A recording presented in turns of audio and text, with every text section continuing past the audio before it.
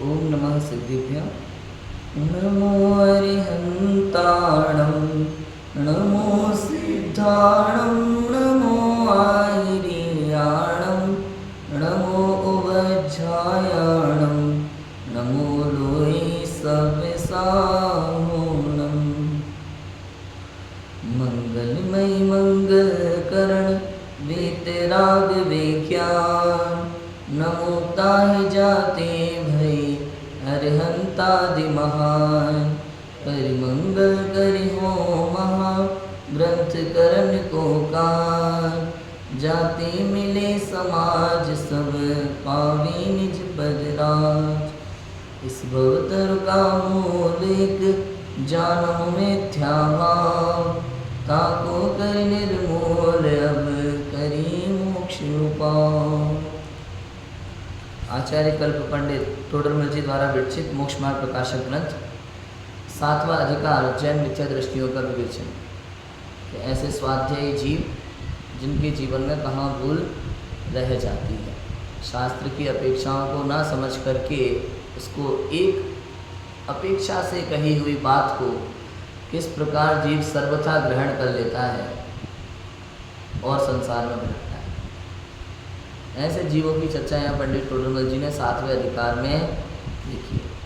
आप देखो, कोई भी बात किसी ना किसी अपेक्षा से कही जा रही है जगत में।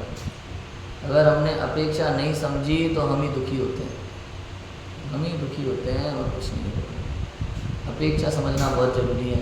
लौकिक में तो समझते हैं, लौकिक में अपेक्षा हम बहुत अच्छे से समझते हैं, शास्त्र में नहीं समझते। शास्त्र में अपेक्षा हम लगाना नहीं चाहते, जैसा लिखा है वैसा मान लो, बाबा वाक्य प्रमाणन भी करें। लौकिक में समझते हैं। लौकिक में जब माँ कहती है जा बेटा कुएं में जाके कूद जा, तब समझता है कूदना नहीं है। छोटा बच्चा भी समझता है कूदना नहीं है। देखो, रात को हम खेल कूद के थोड़ा लेट हो गए घर पे पहुँचने में, और पापा ने कहा कहाँ से आ रहे बेटा? पापा खेल रहे थे। जा जाके खेल और खेलिया जाओ। अब ये बताओ क्या कह रहे हैं पापा? और जाके खेलने के लिए कह रहे हैं कि डांट रहे हैं? बड़े प्यार से डांट रहे हैं। यहाँ अपेक्षा समझता है, चेहरा उतर जाता है जैसे पापा ने कहा जा बेटा और खेलिया जाके, हैं जा, तो समझता है। लेकिन जब जिनवाणी माँ कहती हैं, क्या कहती है जिनवाणी माँ? व्रतादिक मोक्ष मार्ग नहीं है, पूजा भाव मोक्ष मार्ग नहीं है, तो एक सब व्यक्ति समझ लेता है भैया ये सब करना ही नहीं। ठीक है ना? किस अपेक्षा से कहा वो नहीं समझा। और जहाँ लिखा है कि व्रतादि मोक्ष मार्ग है, परंपरा से मोक्ष मार्ग है, वो समझ लेता है कि इसी से मोक्ष मार्ग है। ये निश्चय और व्यवहार हो जाता है। इसने ना तो निश्चय का कथन समझा, ना ही व्यवहार का कथन समझा। एक ही जगह जिनवाणी में लिखा मिल जाएगा आपको, व्रतादिक मोक्ष मार्ग नहीं है, ऐसा भी लिखा मिल जाएगा द्रव्यानुयोग में, और चरणानुयोग में ये भी लिखा मिल जाएगा कि इसी से मोक्ष है। समझ में आए बात? लेकिन हम नहीं समझ पाते अपेक्षा, इसलिए दुखी रहते हैं। इसलिए अपेक्षा समझना बहुत जरूरी है। हर बात के लिए अपेक्षा है। अब जब आपको ये सब समझना है, अब प्रोसेस की बात चल रही है, पूरी क्वालिफिकेशंस की बात चल रही है। क्वालिफिकेशंस की काफ़ी बातें हमने कर ली, अब करना क्या है उसकी बात है।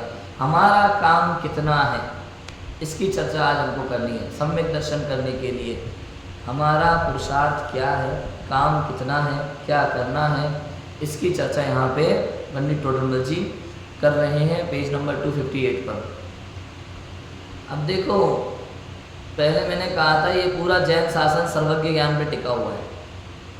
सर्वज्ञ ज्ञान पे टिका हुआ है पूरा जैन शासन। यदि सर्वज्ञता को हटा दें तो कुछ भी नहीं बचता।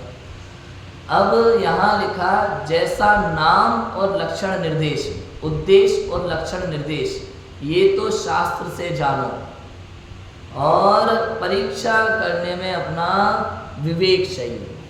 ये महत्वपूर्ण बात है। नाम सीख लेना, लक्षण जान लेना, ये दोनों तो उपदेश के अनुसार होते हैं। जैसा उपदेश आया है तीर्थंकर वाणी में आगम परंपरा के अनुसार, वैसा याद कर लेना, रट लेना। तत्वार्थ सूत्र याद कर लो, गाथाएं याद कर लो, सिद्धांत याद कर लो, सब याद कर लो। 6 द्रव्य, 7 तत्व, 9 पदार्थ, षटलेश्या, 5 भाव, 4 भाव, सब याद कर लो। लेकिन नाम याद कर लिए और परिभाषाएं याद कर ली। अब परीक्षा करने में अपना विवेक चाहिए। यहाँ विवेक की आवश्यकता है। अब विवेक कैसे होगा? उसके लिए क्या करें भैया, विवेक कैसे करें कि विवेक पूर्वक एकांत में अपने उपयोग में विचार करें कि जैसा उपदेश दिया वैसे ही है या अन्यथा है। एकांत में जाओ सबसे पहले आप। सबके बीच में बैठ करके व्यक्ति अपना विवेक नहीं लगा पाता। क्या होता है, जब 4 आदमी बैठे होते हैं ना, तो अपना अपना ज्ञान झाड़ते रहते हैं और हम सोचते हैं कौन सही है कौन गलत है, बस इतना ही। जहाँ ज़्यादा लोग खड़े हैं वो सही हो जाते हैं वहाँ पे। लेकिन इसलिए विवेक का उपयोग करने के लिए एकांत स्थान बहुत जरूरी है। कौन सी जगह जरूरी है भाई साहब? एकांत स्थान। अब एक बात और कह दूँ, एकांत स्थान का मतलब ये नहीं है आप गुफा में जाके बैठ जाओ, वो भी है अलग जगह, सामायिक वगैरह के काल में वहाँ भी है। लेकिन एकांत स्थान का मतलब ये है कि उपयोग को एकाग्र करना। यहाँ पे केवल इतना लो आप। मतलब मैं ये कह रहा हूँ कि पूजा करते करते भी क्या सही है क्या गलत, इसका निर्णय आप अपने एकांत, वहाँ उस समय भी आप एकांत समझो, वहाँ भी आप अपना निर्णय कर सकते हो, विवेक का प्रयोग कर सकते हो। बताओ कर सकते हैं कि नहीं कर सकते? सोचो आप। अब हम यहाँ पढ़ें कि भाई विवेक पूर्वक एकांत में अपने उपयोग में विचार करें, तो हम सोचो भाई एक ही जगह पे चलो जहाँ दूसरा आदमी नहीं खड़ा हो, तो वो अर्थ नहीं लेना। एकांत माने एक भीड़ में रहते हुए भी अपने उपयोग को एक जगह स्थिर कर लेना, इसका नाम एकांत है। समझ में आ गया? भीड़ में रहते हुए भी अपने उपयोग को एक जगह स्थिर करना, इसका नाम एकांत स्थान कहला गया। और आपको अलग से जाने की जरूरत नहीं है एकांत स्थान में। सोचो आप। उपयोग में विचार करें कि जैसा उपदेश दिया वैसे ही है या अन्यथा है। किसकी बात करेंगे यहाँ पे? प्रयोजनभूत तत्व की। पहले तो देवशास्त्र गुरु देव गुरु धर्म का विचार किया जाएगा कि जैसा शास्त्र में देव गुरु धर्म की परिभाषा है और जिसे हम देव गुरु धर्म समझते हैं वो मैच होता है कि नहीं होता। पूरा दिमाग से मैच करना पड़ेगा। मैचिंग बड़ी खतरनाक चीज़ होती है भाई साहब। मैचिंग करने में बहुत दिमाग चाहिए, बहुत उपयोग चाहिए।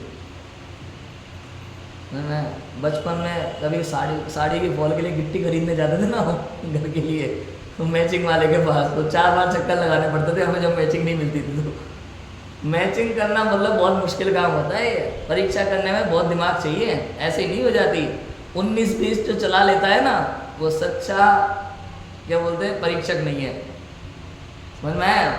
जो ये कहे अरे इतना तो चलता है, 19-20 थोड़ा बहुत चलता है, वो सच्चा परीक्षक नहीं है। परीक्षा मतलब एग्जैक्ट, ऐसा का ऐसा। समझ में आया? ये ही है, ऐसा ही है, इसका नाम सच्ची परीक्षा है। स्वभाव के द्वारा आपको परीक्षा करनी पड़ेगी। कैसे करोगे? अब उठा लो पहले आप 6 द्रव्य। हमने 6 द्रव्यों को उठाया, नाम पढ़ दिए। क्या नाम दिए शास्त्रों में 6 द्रव्यों के? जीव, उद्गल, धर्म, अधर्म, आकाश और काल। अब उसकी डेफिनेशन के लिए क्या करना है? अपना विवेक का प्रयोग करना है। डेफिनेशन में क्या करना है कि अपना विवेक का प्रयोग नहीं करना है, अपनी बुद्धि नहीं लगाना। शास्त्र में जो डेफिनेशन दी है वो पढ़ लो। जीव द्रव्य की डेफिनेशन क्या है कि जो जानता है, देखता है, सुख दुख का अनुभव करता है वो जीव द्रव्य है। उपयोगो लक्षणम, जिसमें ज्ञान दर्शन पाया जाए वो जीव है। ये जीव द्रव्य की परिभाषा है। अब आप लगा लो संसार में कहाँ जीव पाया जा रहा है। जीव किसको कहें हम? इसको जीव कह सकते हैं माइक को? नहीं। क्यों? क्योंकि ये जानता देखता नहीं है। इसको जीव कहे? नहीं, क्योंकि ये जानता देखता नहीं। जिसमें ज्ञान है वो जीव है। लक्षण हमने ये बनाया। टेबल, कुर्सी, स्पीकर, माइक, ये सब जीव नहीं है। जिसमें ज्ञान है वो जीव है। तो किताबों में जीव है। क्यों हम कहते हैं किताबों में ज्ञान है? किताबों में ज्ञान है, शास्त्रों में ज्ञान है, तो शास्त्र जीव हुए कि नहीं हुए? बताओ। ज्ञान स्वभाव की बात है भैया। ज्ञान स्वभाव, जहाँ जहाँ ये ज्ञान स्वभाव पाया जाता है, परिभाषा पूरी इसलिए लिखते हैं, जो जानता है, देखता है, साथ में सुख दुख का अनुभव करता है। शास्त्र में ज्ञान है लेकिन शास्त्र ज्ञान नहीं है। समझ में आया? शास्त्र में ज्ञान है मतलब ज्ञान की बातें हैं, उद्गल द्रव्य है, शब्द है, शब्द रूप ज्ञान है। पर्याय, ये शब्दों का एक एक का अर्थ इसलिए समझना पड़ता है। शब्द रूप ज्ञान और ज्ञान स्वभाव, इसमें अंतर है। शब्द रूप ज्ञान वो उद्गल की पर्याय। और ज्ञान स्वभाव वो मैं, जीव द्रव्य। समझ में आ रहा है? इस तरह से आपको लक्षण लगाने पड़ेंगे सब जगह। पुद्गल किसे कहा कि भैया जिसमें स्पर्श रस गंध वर्ण होता है वो पुद्गल है। अब दुनिया में जहाँ जहाँ स्पर्श रस गंध वर्ण पाया जा रहा है उसको अपन क्या कहेंगे? पुद्गल। ये नाम हुआ, किसका नाम क्या है? 7वीं कक्षा, ये जिसमें 7वीं कक्षा के विद्यार्थी पढ़ रहे हैं वो कौन सी कक्षा है? 7वीं कक्षा। जिसमें 10वीं कक्षा के विद्यार्थी पढ़ रहे हैं वो ऐसे लक्षण लगाना है हमको, ठीक है? जीव देखा, पुद्गल देखा। धर्म द्रव्य कौन है भैया? ये पूजा पाठ करने का नाम धर्म है, दया दान का नाम धर्म है, भक्ति का नाम धर्म है, ये तो पुण्य भाव है। तो आत्मा में लीन होने का नाम धर्म है, इसका नाम धर्म द्रव्य है। धर्म मतलब क्या? आत्म स्वभाव धर्म है, इसका नाम धर्म द्रव्य नहीं। गति हेतुत्व, एक शब्द केवल, गति हेतुत्व। जीवों और पुद्गलों को चलाने में जो सहायक हो, निमित्त हो, वो धर्म द्रव्य है ना। अब देखो ये धर्म द्रव्य का लक्षण है। अब धर्म द्रव्य की पहचान करो, आप कैसे करोगे? कोई एक व्यक्ति नहीं है जिसको अपन धर्म द्रव्य नाम दे दो। धर्म द्रव्य ढूंढने जाओगे तो मिलेगा नहीं, अरूपी है। तो कैसे पहचान करोगे भाई? जैसे मछली स्वयं अब चल रही है पानी में, लेकिन पानी नहीं हो तो चल नहीं सकती। ये सबसे बड़ी समस्या है। बाहर निकालो मर जाएगी। आप देखो मछली स्वयं चल रही है अपनी योग्यता से, पानी उसको बिल्कुल भी धक्का मार के नहीं चलाता, रुकना चाहे तो रुक जाए अपने आप। लेकिन पानी नहीं हो तो मछली एक कदम आगे नहीं बढ़ सकती। इसका नाम, इसलिए पानी उसमें निमित्त हुआ, इसी का नाम धर्म द्रव्य। बस जीवों और पुद्गलों को चलने में जो निमित्त है, जहाँ तक चल सकते हैं, वो जो निमित्त बन रहा है उसका नाम धर्म द्रव्य है। अगर वो नहीं हो तो नहीं चलेगा। ऐसा सिद्ध भगवान ऊर्ध्वगमन स्वभाव है ना, तो ऊर्ध्वगमन स्वभाव के कारण से जब वो सिद्ध भगवान ऊपर की ओर जाते हैं तो वहाँ अटक क्यों जाते हैं बताओ? एक स्थान पे सब लोग, क्योंकि उसके आगे धर्म द्रव्य का अभाव है, सीधा सिंपल। इसलिए उसके ऊपर नहीं जा सकते, नहीं तो और ऊपर चले जाते। ये ऐसा समझ में आएगा। अधर्म द्रव्य का लक्षण क्या बनाया? स्थिति हेतुत्व। जीवों और पुद्गलों को स्वयं रुकते हुए, जीव और पुद्गलों को रुकने में जो निमित्त हो, सहायक हो, उसे अधर्म द्रव्य कहते हैं ना। कोई ज़बरदस्ती पकड़ के रोकेगा नहीं भैया आपको, ए रुक, खड़ा हो, निकलना मत यहाँ से, नहीं। स्वयं चलते हुए जब कोई ऐसा निमित्त मिल जाए तो रुक जाता है। जैसे पथिक को छाया, ये सब शास्त्र के उदाहरण हैं। पथिक को छाया, बड़ी धूप में जा रहा था, प्यास लग रही थी, परेशान था, थक गया था। उसने देखा एक निर्मल पेड़, छाँव, बहुत, बरगद का पेड़ जिसमें छाँव, खजूर का पेड़ नहीं, नारियल का पेड़ नहीं, बरगद का पेड़ उसने देखा जहाँ छाँव थी नीचे। तो वो थोड़ी देर के लिए आराम करने बैठ गया, रुक गया। तो पेड़ ने उसे ज़बरदस्ती रोका नहीं, लेकिन निमित्त बन गया ना रुकने में।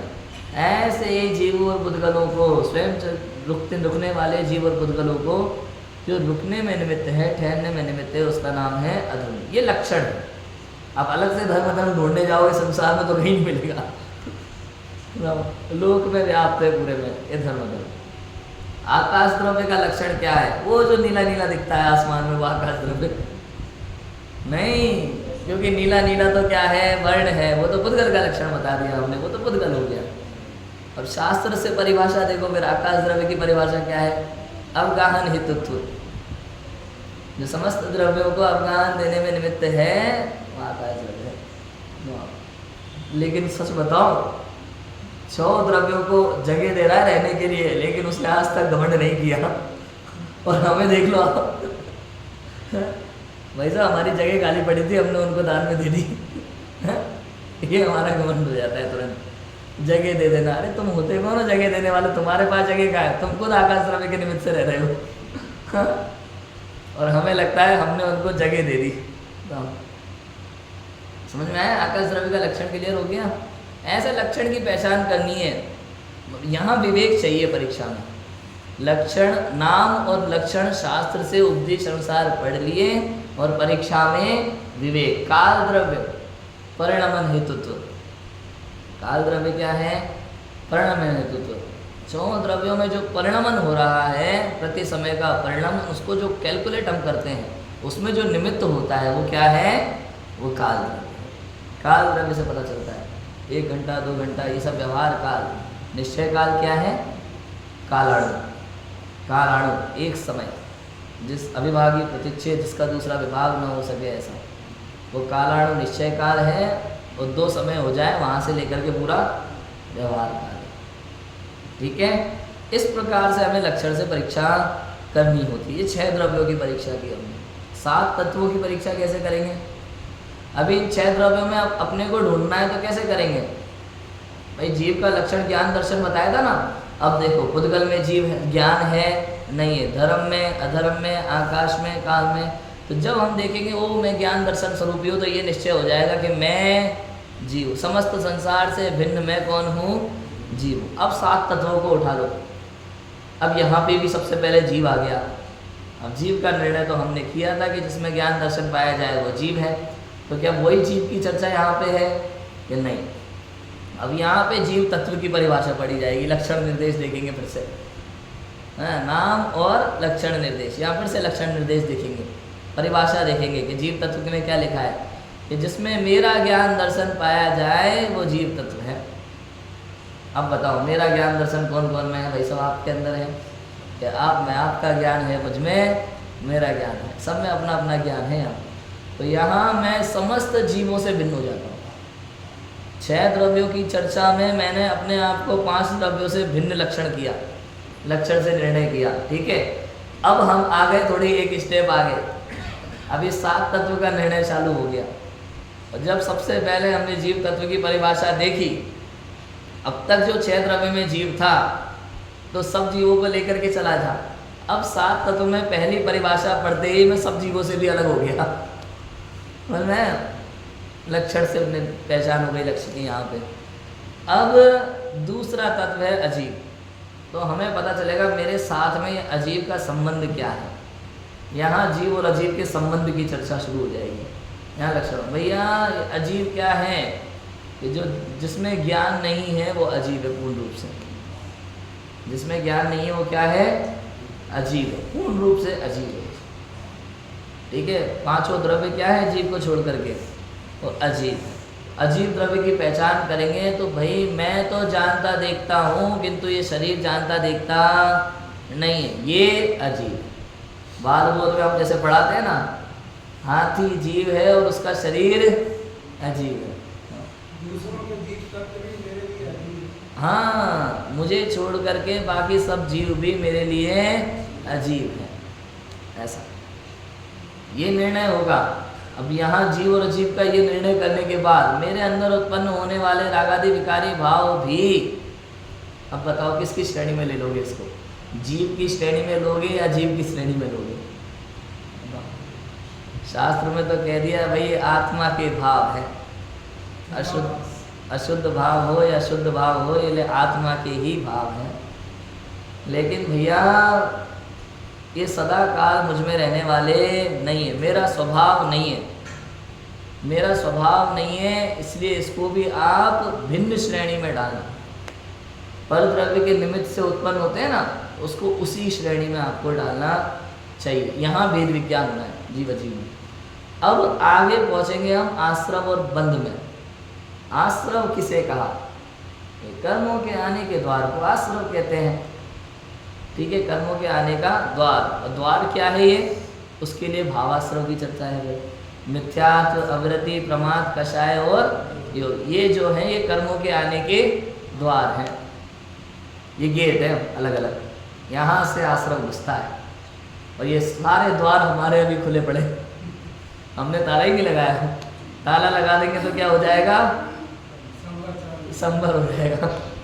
और मैं ताला लगा देंगे तो संभर शुरू हो जाएगा। और हमने लेकिन सारे दरवाजे खुले पड़े और आराम से बैठे हुए अंदर। आने दो मेहमानों को, हमारे पास पूरी पार्टी की व्यवस्था है। आप तो आओ, कितने लोग आ रहे हो, बढ़िया छोले भटूरे बना के रखे, खा के जाओ।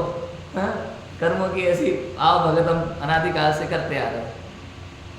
मिथ्या, अविरति, प्रमाद, कषाय और योग, ये कर्मों का द्वार है।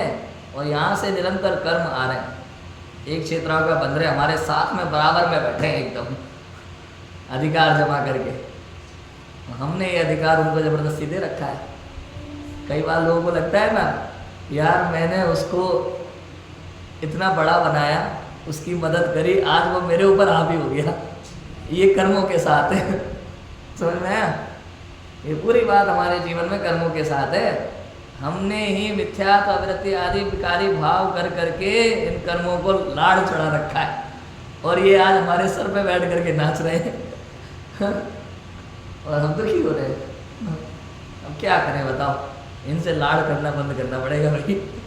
ये जो इनको लाड़ चढ़ा रखा है ना, सिर चढ़ा रखा है, इनको सिर से उतार के फेंकना है हमें। मैं सबसे पहले क्या करें? फिर डायरेक्ट सिर से नहीं उतरेंगे, सबसे पहले तो जो दूसरे आ रहे हैं ना उनको रोको। इसका नाम क्या रहेगा? संवर। फिर इनको धीरे धीरे बाहर निकालेंगे। भाई तेरा काम हो गया ना, तो निकल, गेट खोल रहे, निकल फटाफट। वरना छोटा वाला गेट खोला जाएगा इनके लिए, एकदम छोटा सा गेट, जहाँ से कोई आए नहीं लेकिन ये निकल जाए। निकल जाओ। समझ में आ रहा है ना? 7 तत्व ऐसा इजीली पढ़ते हैं ना, तो आनंद भी आता है समझने में, और इजीली दिमाग में बैठ जाती है सारी चीज़ें। आश्रव बंध, ये जो मैंने 5 भाव बताए, इनको थोड़ा सा अपन 2 चीज़ों में बांट देते हैं। कौन से 2 भावों में बांट देंगे अब? शुभ और अशुभ। सीधा सिंपल। शुभ अशुभ भाव, ये आश्रम। अब कह दिया ना शास्त्र में क्या है? शुभ और अशुभ भाव दोनों आश्रय बंध के कारण है। अब कौन सा ऐसा शुभ भाव है जिससे कर्मों की निर्जरा होगी? बताओ, कौन सा शुभ भाव करने जिससे कर्मों की निर्जरा हो जाए? ऐसा कोई शुभ भाव नहीं है जिससे कर्मों की निर्जरा हो। क्यों? क्योंकि शास्त्र कहते हैं ये शुभ भाव अशुभ भाव दोनों बंध के कारण हैं। चांडाली के 2 पुत्रों की तरह, समझ में आया? दोनों एक ही श्रेणी के हैं, एक ही पिता के 2 बेटे हैं।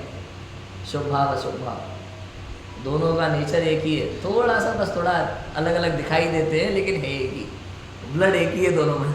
समय आने पर दोनों ही आपको संसार में रुलाने वाले हैं। एक थोड़ा कम दुख देगा, एक ज़्यादा देगा, लेकिन रुलाएंगे संसार में। जैसे राजनीति में होता है ना, पॉलिटिक्स में, नेता कोई भी चुन लो आप, धोखा तो आपको खाना ही है। हो सकता है एक 10 करोड़ का घोटाला करे, एक 20 करोड़ का करे, लेकिन करेंगे दोनों। कोई भी चुन लो आप। समझ में आया कि नहीं आया?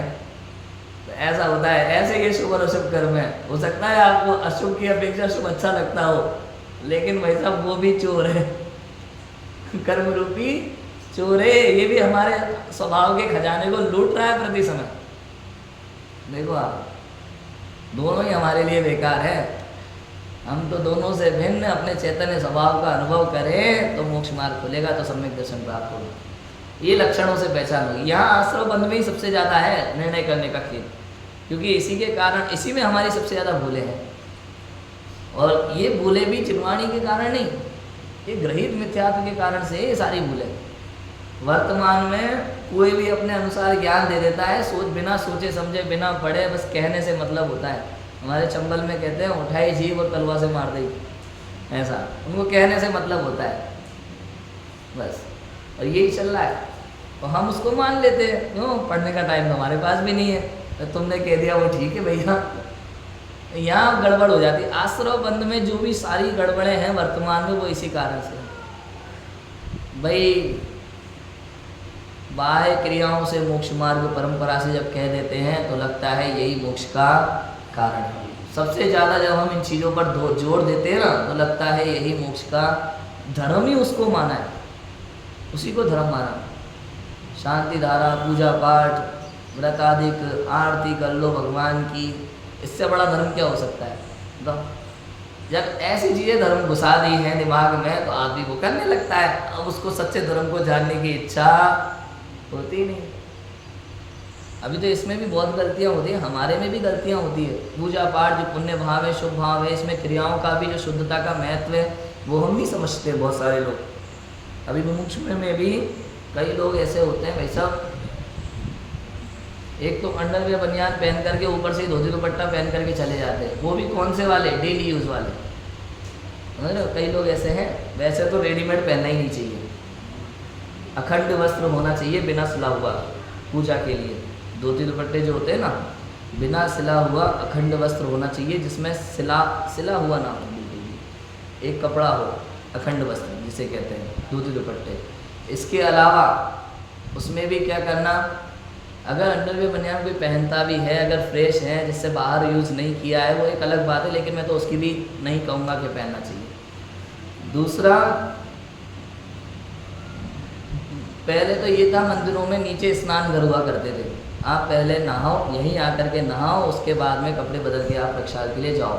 बड़ा ध्यान रखा जाता था कि जरा सा भी किसी चीज़ से, अशुद्ध चीज़ से टच ना हो, वस्त्र इत्यादि से ऐसा कुछ बिछा ना हो, टच ना हो जाए, इन सब का ध्यान रखा जाता है।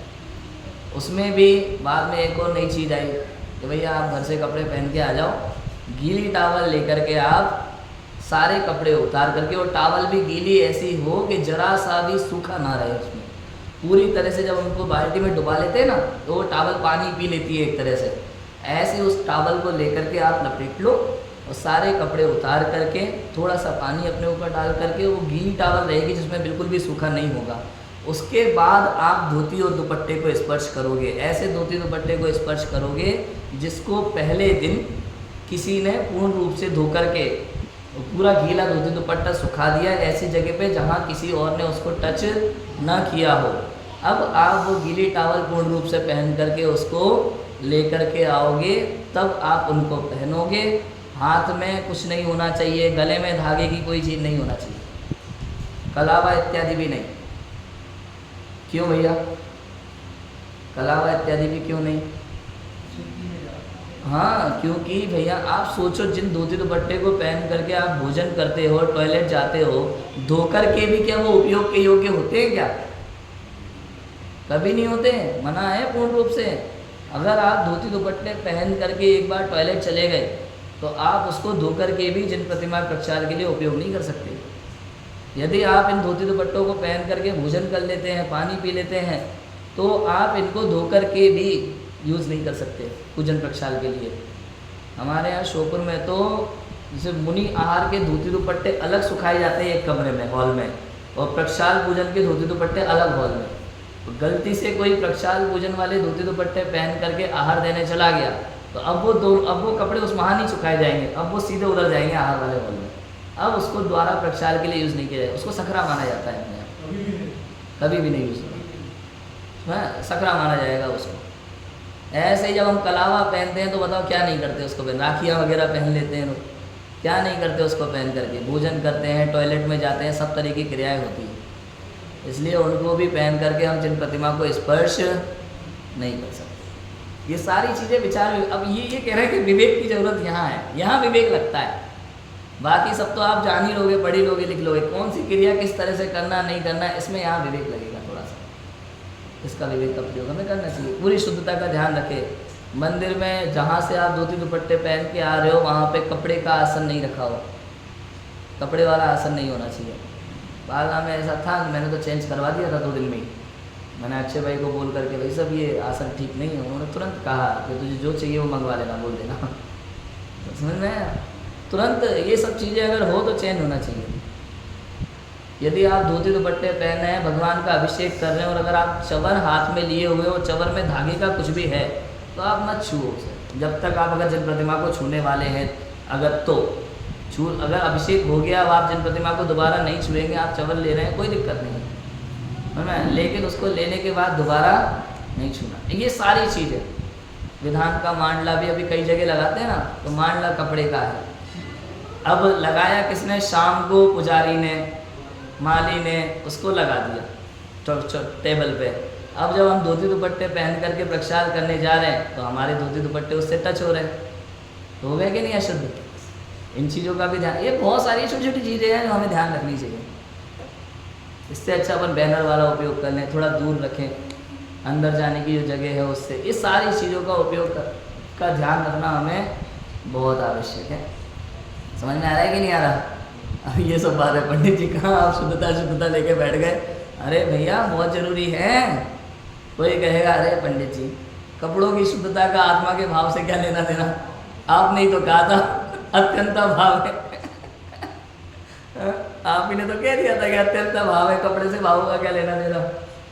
देखो ऐसा है, जब आपके परिणाम शुद्ध होते हैं ना, तो क्रिया 100% शुद्ध होती ही होती है, ये नियम है। और अगर आप सोचो कि नहीं मेरे परिणाम शुद्ध है, मैं तो पूर्ण भाव से पूजा प्रक्षाल करता हूँ, बाहर में चाहे कुछ भी हो रहा, तो इसका मतलब है आपके परिणाम शुद्ध नहीं है। इसमें भाव कौन सा लग जाएगा पता है? प्रमाद का। इसमें आश्रय किस भाव से होगा? प्रमाद से। आपने आलस्य किया, आपने विवेक का प्रयोग नहीं किया, समझ में आया? ये प्रमाद का दोष है। इतनी बातें क्लियर हो रही हैं? ये लक्षण है, ऐसे पहचान होगी आपकी हर जगह, क्या करना क्या नहीं करना। भाई आरती करना कि नहीं करना, तो हमने कह दिया भाई हिंसा होती है, 1 इंद्र से लेकर 4 इंद्र तक के जीवों की हिंसा होती है। क्या बिना दीपक जलाए भगवान की भक्ति नहीं कर सकते, भगवान का गुणगान नहीं कर सकते? अब कोई कहे अच्छा बिजली की आरती जला ले तो लाइट का दीपक, भैया आप क्यों इतना हट मान करके बैठे हुए हो कि करना ही करना है? ऐसा कुछ भी नहीं होता है। लाइट के दीपक से भी आरती नहीं होनी चाहिए। आरती मतलब आप देखो, एक ये जो भाव है ना, ये करने वाला कि ऐसे करने से ही काम होने वाला है, ये ग्रहित मिथ्यात्व है एक तरह से। हमारे तो उदाहरण क्या दिया है इसके लिए कि पहले के समय में जब लाइट का आविष्कार नहीं था, गुफाओं में छोटी छोटी जगह पे मंदिर होते थे। अभी भी देखो प्राचीन मंदिर कैसे अंदर के अंदर होते हैं, तो वहाँ दीपक ले जाते थे, और थोड़ा ऐसे ऐसे करके जो देखने की परंपरा थी वो आरती बन गई। और हमें उस परंपरा को जिंदा रखने की ज़रूरत नहीं है, ये कह रहे हैं। समझ में आई बात? ये विवेक यहाँ, अब इसमें हर जगह विवेक चाहिए। मैंने पहले दिन भी ये बात कही थी, व्यवहारावासी का प्रकरण लिया था, तब मैंने कहा था कि कोई भी क्रिया हो वो विवेक पूर्वक हो। मैं जो कर रहा हूँ इसका प्रयोजन क्या है, इसका प्रयोजन उचित है कि नहीं है, क्या ये करे बिना काम चल सकता है कि नहीं। प्रवृत्ति का निषेध है हमारे यहाँ ज़्यादातर, प्रवृत्ति कम से कम हो, निवृत्ति अधिक से अधिक हो। और हम लोग प्रवृत्ति बढ़ाते जा रहे हैं और निवृत्ति की ओर पहुँच ही नहीं पाते। बताओ, इसलिए जितना हो सके प्रवृत्तियों को कम करो, निवृत्ति बढ़ाओ। जितनी कम चीज़ें हों उतना ज़्यादा अच्छा है। हम अपने घर में परिग्रह कम करने का सोचते हो, मंदिर में और बढ़ाने लगते हैं बहुत सारी चीज़ें, ये भी ले आओ, वो भी ले आओ, वो भी ले आओ। होता है कि नहीं होता? प्रवृत्ति कम से कम, निवृत्ति अधिक से अधिक। प्रवृत्ति और निवृत्ति का भी लक्षण देख लो। प्रवृत्ति और निवृत्ति क्या है भैया? देखो ऐसा है भाई साहब, हम हो गए रिटायर, अब हमारी कोई जिम्मेदारी नहीं है, इसका नाम हो गया निवृत्ति। संसार में तो निवृत्ति इसी का नाम है। रिटायर हो जाते हैं तो अपने आप को निवृत्ति मान लेते हैं और हर काम में टांग अड़ा रहे हैं, ये ऐसे नहीं ऐसे करना, आने जाने वाले लोगों को सलाह दे रहे हैं, मतलब पूर्ण रूप से प्रवृत्ति चालू है उनकी। निवृत्ति माने समस्त सांसारिक कार्यों से निवृत्ति करके स्वाध्याय और चिंतन में अपने उपयोग को पूरी तरह से रमा देना। समस्त सांसारिक कार्यों को छोड़ करके, दृष्टि हटा करके, अपने घर में भाई रिटायर्ड हो गए ना, भोजन के समय पे शांति से भोजन करो और वापस अपने तत्व विचार में लग जाओ। इसका नाम क्या है? निवृत्ति। किसी से कुछ कहना नहीं, बोलना नहीं, क्या चल रहा है इसका विकल्प नहीं, सुधारने का विकल्प नहीं, तब हुआ निवृत्ति। निवृत्ति ये विकल्पों से होती है, विकल्प है तो प्रवृत्ति है, और विकल्पों से छूट जाए तो निवृत्ति है। पूर्ण निवृत्ति किसे कहेंगे? निर्विकल्प अवस्था में। निर्विकल्प अवस्था है तो पूर्ण निवृत्ति का है। समझ में आ गया? ये सारी चीजें। आश्रव बंद, इन भावों से आश्रव बंद होता है। किन भावों से होता है? शुभ और अशुभ भाव।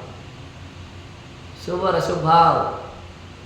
अब अगर आप शुभ क्रिया भी कर रहे हैं तो भाव शुभ हो इसकी गारंटी नहीं है, किंतु भाव शुभ हैं तो क्रिया शुभ होगी इसकी गारंटी 100% है। हो सकता है आपको बाहर से अशुभ क्रिया दिखाई भी दे कभी कभी, लेकिन भाव शुभ हो, ये पॉसिबल है। कैसे पॉसिबल है पता है? जैसे मान लो, जैसे दिगंबर मुनिराज या कोई सामान्य श्रावक चलते समय पूरा देख देख के चल रहा है एरिया समिति पूर्वक, लेकिन फिर भी यदि किसी जीव की हिंसा हो जाती है तो उनको दोष नहीं है। समझ में आया? उनको दोष, उसका पाप नहीं है। उसका कारण क्या है? क्योंकि प्रमाद नहीं है वहाँ पे प्रमाद नहीं है। हिंसा में प्रमाद परिणति मूल है, ये मूल बात है।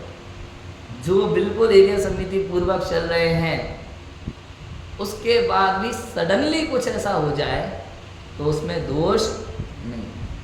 और चीज़ों में भी होता है। आप वैराग्य पूर्वक दीक्षा ले रहे हो और कोई दुखी हो जाए तो उसको दुखी करने में हमें पाप लगेगा कि नहीं लगेगा?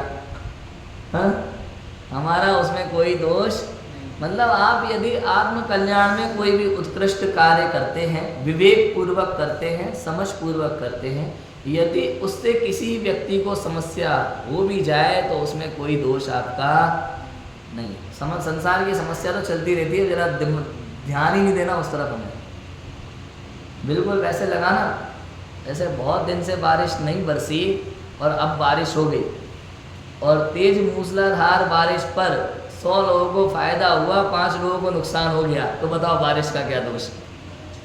समझ में आया कि नहीं आया? उसी बारिश में 100 लोगों को फायदा हो रहा है और ऐसे कई लोग हैं जिनको नुकसान हो जाता है, बताओ। तो इसमें बारिश का कोई दोष नहीं। हर जगह अपना ही दोष लगाना, मेरे ही भूल थी पूर्व में, मेरे ही कर्म था, उदय था, बंध था, उसी का उदय है और उसी का ये फल है। समझ में आया? ऐसा होता है। जैसा उपदेश दिया वैसे ही है या अन्यथा है, वहाँ अनुमान आदि प्रमाण से बराबर समझे, अथवा उपदेश तो ऐसा है और ऐसा ना माने तो ऐसा होगा। सो इसमें प्रबल युक्ति कौन है और निर्बल युक्ति कौन है? ये मूल है। प्रबल युक्ति मूल क्या है बताओ। ऐसे बाहर में कोई भी परिस्थिति बनती है तो कारण हम दूसरे को लगाते हैं ना, यहाँ पे प्रबल युक्ति है कर्म का उदय, और उससे भी प्रबल युक्ति है अपनी भूल। समझ में आया? जब हम प्रबल युक्ति देखेंगे हमारी किसी भी अवस्था में तो क्या है, एक तो कर्म के उदय तक पहुँचेंगे पहले हम, और दूसरा फिर अपनी ही भूल तक पहुँचेंगे। लेकिन हम तो केवल बाय में ही देखते हैं, दोष देने में हम एकदम नंबर 1 है, परफेक्ट है, बिल्कुल पंडित टोडरमल जी के एक कुत्ते की तरह। पंडित टोडरमल जी के टोटल कितने कुत्ते थे? हाँ, 3 कुत्ते थे।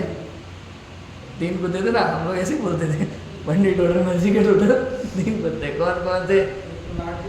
हाँ, एक ये लाठी वाला जिसकी अपन बात कर रहे हैं, एक हाँ एक बैलगाड़ी के नीचे चलने वाला, और एक हड्डी चबाने वाला, है ना। 3 कुत्ते हैं पंडित टोडरमल जी के। अपन किसकी बात कर रहे हैं अभी? लाठी वाले की। मैं किसी ने कुत्ते को लाठी मारी तो वो लाठी को देख के भौंक रहा है, मारने वाले को देख के नहीं। और हमारी भी यही हालत है, हमारी ही भूल, उससे कर्म का बंध, उसका उदय, और बाय में निमित्त। हम केवल निमित्त को देखते हैं, बाकी सब छोड़ देते हैं। और मैं पूछे के कारणों को हम जानते ही नहीं है और इच्छा ही नहीं है जानने की। इसलिए यहाँ आश्रव बंध में बहुत ज़्यादा कहा, आप पहले लक्षण निर्देश के बाद विवेक पूर्वक परीक्षा करो क्या उचित है क्या अनुचित है। ना तो आप संसार में दुखी होगे ना कहीं और दुखी होगे, जल्दी ही आपको मोक्ष मार्ग प्राप्त होगा यदि आपने आश्रव बंध और संवर निर्जरा को समझ लिया तो। तुरंत जीव अजीव में भेद विज्ञान हो जाएगा। समझना है अभी केवल ये 10 लक्षण धर्म समझने के लिए ही आते हैं हमारे लिए भैया। मुनिराज तो 10 धर्म के धारी होते हैं, पंचम गुणस्थानवर्ती श्रावक, चतुर्थ गुणस्थानवर्ती श्रावक, इनका भी काम हो चुका। तो ये जो 10 लक्षण पर्व हम मना रहे हैं, किस लिए कब मना रहे हैं?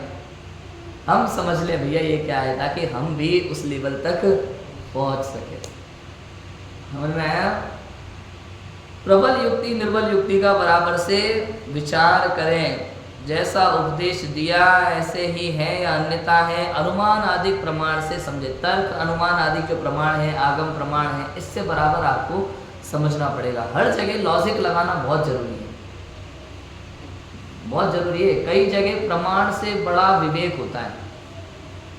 फिर से कहूँ, कई जगहों पर प्रमाण से भी बड़ा विवेक होता है।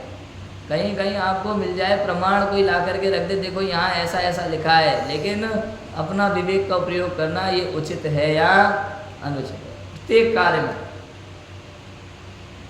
पंचामृत अभिषेक, स्त्री अभिषेक, इसके लिए आपको अनेक प्रमाण मिल जाएंगे आजकल, लेकिन यहाँ अपना विवेक काम करता है। बीच में बदला गया है, बहुत बदला गया है, ऐसा नहीं है कि बदला नहीं गया बीच में। जब ऐसे काल आए थे, हालत बहुत खराब थी, उपसर्ग का काल था समस्त श्रावकों के ऊपर, तब कुछ पुरुषों ने उन्हीं पद्म पुराण, हरिवंश पुराण जैसे ग्रंथों में। द्रव्यानुयोग में तो कोई बदल नहीं सकता, उसको समझने के लिए अच्छा खासा शिवोपम चाहिए, और जिसको द्रव्यानुयोग समझ में आ जाए अगर, तो उसको उसमें बदलने का भाव नहीं आएगा, बदल ही नहीं सकता। लेकिन कहानी किस्सों में बदल देता है आदमी, जो चल रहा है उसको जोड़ देता है, जो सुना देखा उसको उसमें, जब प्रतिलिपि बनाते हैं ना एक से दूसरी, हो सकता है कोई ऐसा व्यक्ति जो एक शास्त्र की प्रतिलिपि बना रहा है, वहाँ अभिषेक लिखा है, उसने ब्रैकेट में लिख दिया पंचामृत, अब बताओ आप क्या करोगे, वो आगे चल जाएगा। जब छपने की परंपरा शुरू होगी तो आपके पास तो वही हाथ में आएगा। ऐसा बीच में कई जगह हुआ है, इसलिए प्रमाण से भी विवेक बड़ा है। हमने सुदीप जी दिल्ली, उन्होंने तो बुक लिखी है प्रमाण बड़ा या विवेक, इन्हीं सब बातों को लेकर विवेक बड़ा होता है प्रमाण से भी। और पंडित टोडरमल जी ने भी इस बात को लिखा है, इधर 5वें अध्याय 6वें अध्याय के प्रकरण में कहीं उन्होंने लिखा, पंडित टोडरमल जी ने, कि भैया जिनवाणी आपके हाथ में आई, जो भी लिखा है शास्त्र में, उसका बराबर से निर्णय करना। अगर आपको मिल नहीं रहा है कोई बात, तो दूसरे शास्त्र उठा करके देखो, दूसरे शास्त्रों से मिलाओ, वो बात मिलेगी ही मिलेगी। इसीलिए तो जब ये पांडुलिपि से जब प्रकाशन का काम होता है ना, तो एक प्रतिलिपि नहीं होती, अनेकों प्रतिलिपियों पर कार्य होता है, एक साथ रख के सबसे मिलाया जाता है। कहीं कहीं पे पाठांतर मिलता है तो वैसा का वैसा लिखा जाता है कि इन यहाँ से मिली हुई प्रति में ऐसा मिला है, और यहाँ से मिली हुई प्रति में ऐसा मिला है। व्याकरण संबंधी कोई अशुद्धि, कभी कभी क्या होता है, ऐसी बहुत सारी चीज़ें हैं जो अभी तो हम सोचते नहीं है, पता नहीं है। जैसे आज वर्तमान में हम अगर बिजी हैं या लिख नहीं पा रहे, तो कभी कभी हम बच्चों को भी काम देते हैं लिखने का, तुम लिखो। पहले के समय भी ऐसा होता था, जिसे पता नहीं है, समझ नहीं है, या छोटा बच्चा है, या जिसकी राइटिंग खराब है, ऐसे लोगों ने भी लिखा, और जब हम उसे पढ़ते हैं तो अक्षर क्लियर समझ में नहीं आते। ये समस्याएं भी अभी हमारे सामने आई थी। 2 अलग अलग प्रतियां हैं, तो एक प्रति तो ऐसी जिसकी राइटिंग ऐसी है कि समझ में नहीं आ रही ठीक से, और एक प्रति ऐसी जिसकी राइटिंग बहुत साफ है, लेकिन दोनों को सामने रख करके उसका एक एक अक्षर मिलाते हैं तो समझ में आती है। ये सारी चीज़ें हैं। एक व्यक्ति कभी भी कोई ग्रंथ लिखने का कार्य कब कर ही नहीं सकता। एक व्यक्ति, आचार्यों की बात नहीं कर रहा मैं, अपन श्रावकों की बात, प्रकाशन संबंधी कार्य जो प्रोसेस है उसकी बात कर रहा हूँ। एक व्यक्ति के द्वारा कभी कोई कार्य नहीं होता, बहुत सारे विद्वानों का बराबर सहयोग होता है। अरे कई बार होता है, एक पेज लिखने में भी कई बार कोई गलती हमें समझ में नहीं आती है, दूसरे को जब हम रिव्यू कराते हैं, चेक कराते हैं, तो वो पकड़ लेता है। 2 बार 3 बार 4 बार हम एक चीज़ को चेक करते हैं, ऐसे यहाँ होता है।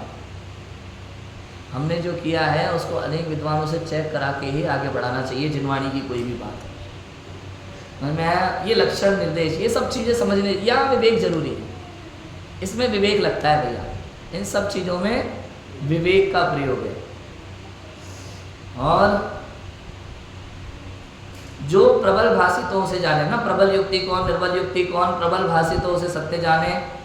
यदि उपदेश में अन्यथा भाषित हो तथा उसमें संदेह रहे, निर्धार रहे, तो जो विशेषज्ञ हो उनसे पूछे। पंडित टोडरमल जी ने साफ लिखा यहीं पे, देखो इसी बात को जो मैं अभी बता रहा हूँ। प्रबल भाषितों से सत्य जाने, परीक्षा करने पर जो सही लगे, मन मानने को तैयार हो जाए कि हाँ ये ठीक है, तो वो ठीक है। यदि उपदेश में कुछ अन्यथा भाषित तो लगे यार ऐसा होना तो नहीं चाहिए यार, लिखा कैसे है शास्त्र में, तो उसकी फिर परीक्षा, उसमें फिर आपको पूछताछ करनी पड़ेगी, थोड़ी सी इंक्वायरी करनी पड़ेगी। किससे इंक्वायरी करनी पड़ेगी? विद्वानों से पूछताछ करनी पड़ेगी विद्वानों से, भैया यहाँ पे ऐसा लिखा है, इसका ये अर्थ बराबर है कि नहीं है, कौन सी अपेक्षा है, कहीं कोई टाइपिंग मिस्टेक है, ये सारी चीज़ें ह्यूमन एरर बोल सकते हैं, वो सारी चीज़ें।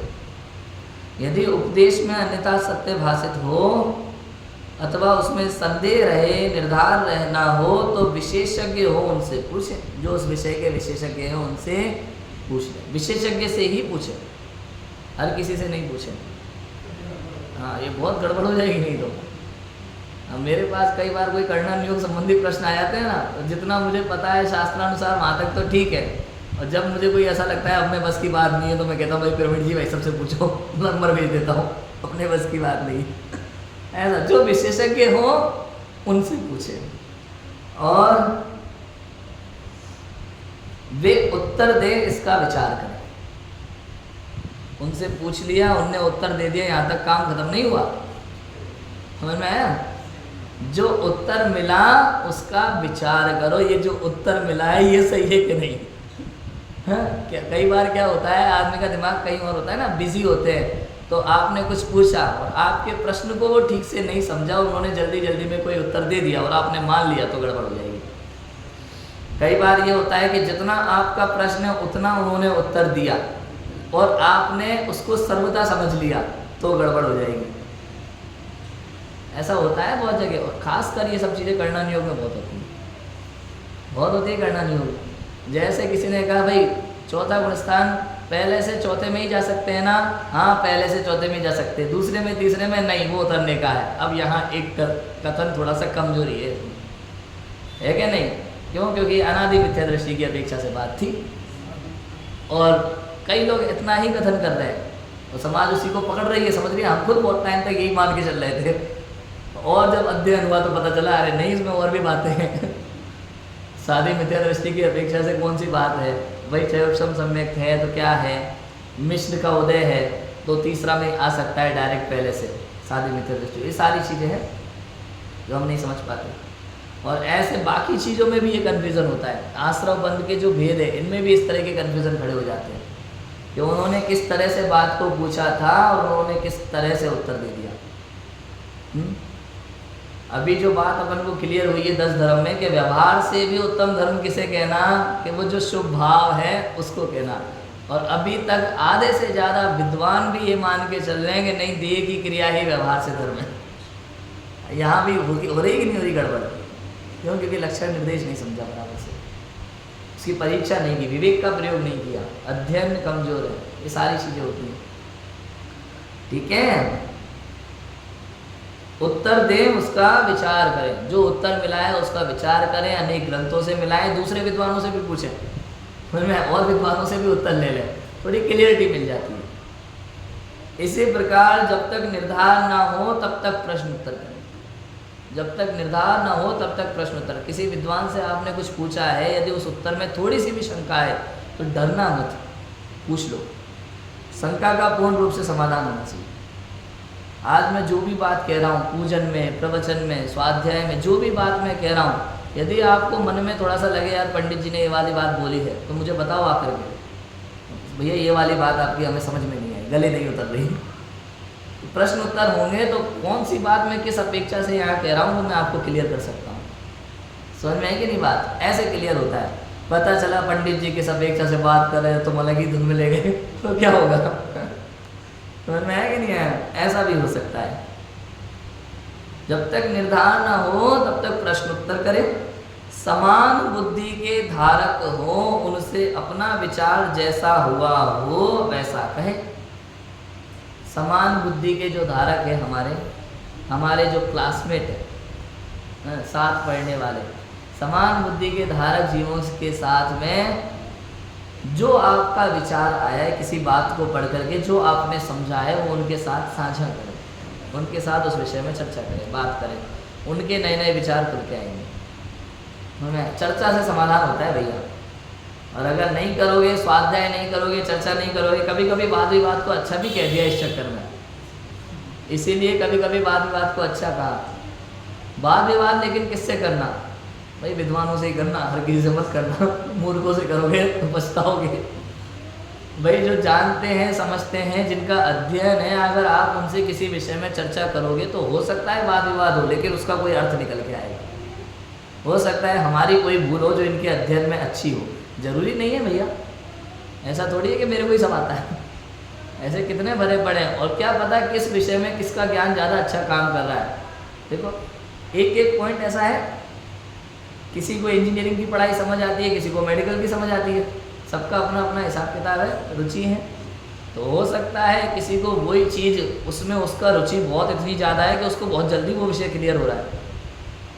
तो ऐसे चर्चा करने से हमें सही अर्थ मिल जाते हैं, इसलिए करना बहुत ज़रूरी है चर्चाएँ। ठीक है, परस्पर चर्चा करें, प्रश्नोत्तर करें, जो प्रश्नोत्तर में निरूपण हुआ हो उसका एकांत में विचार।